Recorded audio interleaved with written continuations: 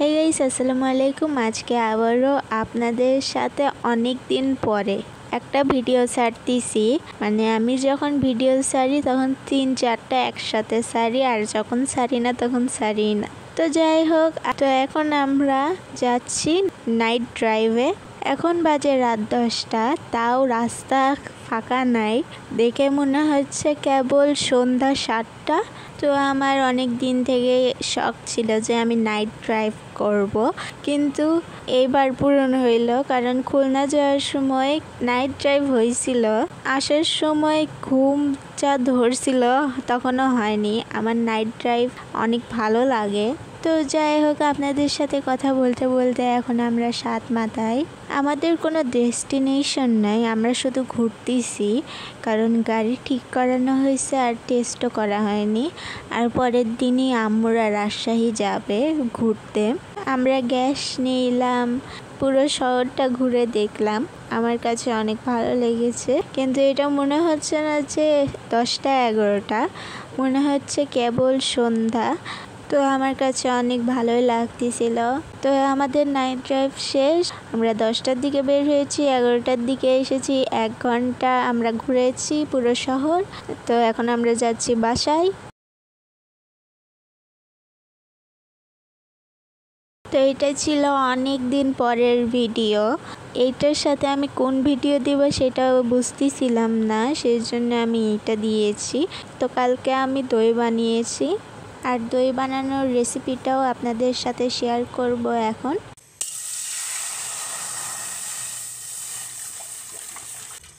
চুলায় পাতিল তুলে দিয়েছি, তুলে দিয়ে 2 লিটার দুধ ঢেলে দিয়েছি, দিয়ে গরম করে নিব। এই দইটা বানাতে গিয়ে 2 ঘন্টা লেগেছে। দিয়ে আমি গোসলে যাব। আর এই দইটা আমার বোন শিখে দিয়েছে আমাকে কিভাবে করতে হয়, কিভাবে বানাতে হয় দইটা। আমি চুলার হিট একদম লো দিয়েছি, আর পাশে কাচ্চি, আম্মু কাচ্চি রেঁধেছিল, আমার বড় বোন নিচ্ছে প্লেটে, আমরা মজা করতেছি। আমি গোসল করে এসে দেখি পাতিলের নিচে লেগে গিয়েছিল।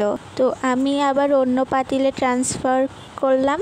দুধ পাতিলের নিচে লাগানো যাবে না। এখন আমি দিয়ে দিচ্ছি 1 গ্লাস পানি, 3 চামচ গুঁড়া দুধ। আমি ঘনত্বটা দেখে বুঝতে পারি কতটুকু গুঁড়া দুধ লাগবে, তো আরেকবার 1 চামচ দিয়েছিলাম।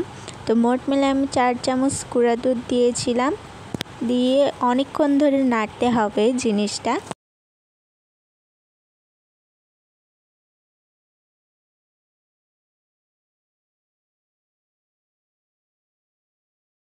তো আপনারা যেই দই নেবেন সেই দইটা ফেটে রাখবেন। আমি নিয়েছি আড়ংগের টক দই। আমি পানি ছাড়া উঠায় রাখবো, পানি নিব না। দইয়ের যে পানিটা হয় ওইটা নিলে আপনার দই পানি পানি হবে, তো পানিটা নিব না। তো আমি দইটা ফেটে রেখে দিয়েছি, দিয়ে এখানে আবার নাড়ানাড়ি করতেছি।